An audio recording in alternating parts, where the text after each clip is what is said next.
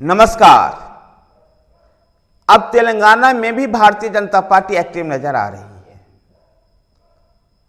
जबकि पिछले 2-3 महीनों में भारतीय जनता पार्टी की फोकस पे राजस्थान, मध्य प्रदेश और छत्तीसगढ़ रही है। जहां भारतीय जनता पार्टी छत्तीसगढ़ और राजस्थान में कांग्रेस से सत्ता छीनना चाहती है, तो मध्य प्रदेश में 20 साल से चले आ रहे शासनकाल को और बरकरार रखना चाहती है। लेकिन इस बीच भारतीय जनता पार्टी का नजर जो है तेलंगाना पर कम थी। लेकिन पिछले एक हफ्ते के अंदर, पिछले हफ्ते 10 दिन के अंदर भारतीय जनता पार्टी के नेताओं का लगातार तेलंगाना का दौरा शुरू हो गया। प्रधानमंत्री नरेंद्र मोदी 2 बार तेलंगाना हो आए और अब भारतीय जनता पार्टी के अध्यक्ष जेपी नड्डा भी।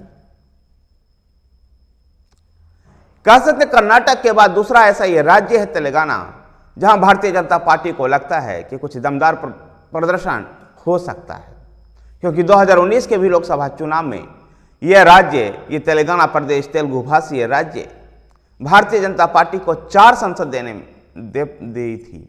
यानी कह सकते हैं कि भारतीय जनता पार्टी के 4 सदस्य जीतने में सफल रही थी। जिसके विधानसभा में सीट ना मिलते हों, उस पार्टी के 4 संसद चुनाव जीत करके आ जाते हैं लोकसभा के चुनाव में। और भारतीय जनता पार्टी का यही बूस्टर रोज था तेलंगाना के अंदर। उसके बाद हैदराबाद म्युनिसिपल कॉर्पोरेशन के चुनाव में जिस दमखम के साथ भारतीय जनता पार्टी लड़ी और उसे उनको 48 सीटें भी प्राप्त हो गई। हैदराबाद वो क्षेत्र रहा है जहां केसीआर के साथ साथ असदुद्दीन ओवैसी का भी प्रभाव व्यापक है। असदुद्दीन ओवैसी और केसीआर के रहते हुए Bharatiya Janata party Hyderabad municipal corporation में 48 सीटें जीती। कई उपचुनाव जो विधानसभा के लिए हुए, वहां भी भारतीय जनता पार्टी जीतने में सफल रही। कह सकते हैं कि भारतीय जनता पार्टी का तेलंगाना में जिस प्रकार से विकास शुरू हुआ, जिस प्रकार से आगे सीढ़ियां चढ़नी शुरू हुई और जिस समय से चुनाव का प्रक्रियाएं शुरू हो रही थी, भारतीय जनता पार्टी तेलंगाना को लेकर मौन थी। लेकिन अब तेलंगाना में लगातार पार्टी नेताओं का दौरा शुरू हो गया है और लगातार वहां पर सत्तारूढ़ भारत राष्ट्र समिति के ऊपर, केसीआर के ऊपर लगातार हमले किए जा रहे हैं। इससे साफ तौर पर यह प्रतीत हो रहा है कि भारतीय जनता पार्टी की नजर में यह राज्य भी दूर नहीं है। अब भारतीय जनता पार्टी उस राज्य को फिर से चुनावी माहौल में ले आई है और चुनाव जीतना चाहती है। प्रधानमंत्री के तेलंगाना दौरे की चर्चा करें और जेपी नड्डा के तेलंगाना दौरे की चर्चा करें, इन सब में खासकर प्रधानमंत्री ने केसीआर पर चोट किया और बताया कि किस प्रकार केसीआर भारतीय जनता पार्टी के लीड नेतृत्व में एनडीए का हिस्सा बनना चाहते थे। लेकिन भारतीय जनता पार्टी ने केसीआर को कहा कि आपके कारनामे ऐसे रहे हैं कि हम आपके साथ चलकर काम नहीं कर सकते हैं।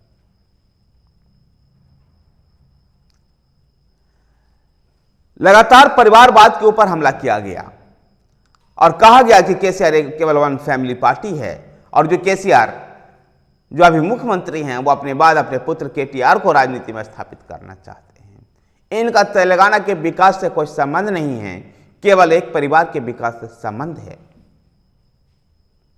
जेपी नड्डा भी अपने दौरे में इसी तरह की बातों को उन्होंने भी कहा और उन्होंने एक तरह से क्षेत्रीय दल के भी खात्मे की भविष्यवाणी की और उन्होंने तर्क दिया कि क्षेत्रीय दल एक नेता पर आधारित पार्टी है, एक परिवार पर आधारित पार्टी है और ये परिवार पर आधारित जो पार्टी होती है ना, इनका सोच विकास का नहीं होता है। और इसलिए ये परिवारवादी पार्टियां जो कालांतर में कांग्रेस के विरोध में एक वैकल्पिक दल के रूप में, एक क्षेत्रीय ताकत के रूप में राज्यों की राजनीति में अस्तित्व में आई, लेकिन आगे चलते हुए ये दल केवल अपने परिवार को ही राजनीति में स्थापित किया। जेपी नड्डा इस तरह का बयान बिहार में भी दे चुके हैं कि इस तरह के दलों का समाप्ति बहुत जल्द होगा। तेलंगाना के लिए कई ऐसी घोषणाएं भी की गई जिससे तेलंगाना के लोगों को फायदा हो, जिसमें नागपुर विजयवाड़ा आर्थिक गलियारा भी है, तो राष्ट्रीय हल्दी बोर्ड का गठन है, क्योंकि हल्दी का सर्वाधिक किसान खेती जो है तेलंगाना में होती है। इस राष्ट्रीय हल्दी बोर्ड का गठन का घोषणा करना और वो भी तेलंगाना के धरती से निश्चित रूप से तेलंगाना के किसानों को अपने पाले में करने की कोशिश है भारतीय जनता पार्टी की।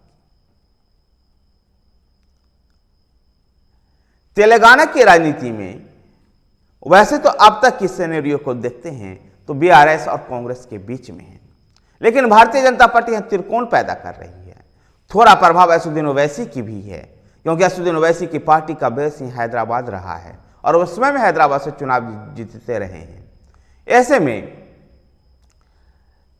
तेलंगाना की राजनीति में एक नया दौर दिखाई देगा 2023 के विधानसभा के चुनाव के समय, और देखना है कि भारतीय जनता पार्टी कितनी सीटें हासिल कर पाएगी। ये तो नहीं मैं कहने की स्थिति में हूं कि तेलंगाना में भी सत्ता में भारतीय जनता पार्टी आ जाएगी, लेकिन भारतीय जनता पार्टी के लिए 35-40 सीटें विधानसभा का जीत जाना भी बहुत बड़ी करिश्माई की बात होगी और भारतीय जनता पार्टी के आगे की राजनीति के लिए बहुत फायदेमंद होगा। अब देखना है 2023 के विधानसभा के चुनाव में कि कार फिर से एक बार सरपट दौड़ती है तेलंगाना की राजनीति में, तेलुगु राजनीति में, या तेलुगु राजनीति में कमल खिलता है। धन्यवाद साथियों, अगर आपको वीडियो पसंद आया है तो वीडियो को लाइक कीजिए, शेयर कीजिए। हमारे साथ बने रहने के लिए हमारे चैनल पॉलिटिकल पिच को सब्सक्राइब कीजिए। धन्यवाद।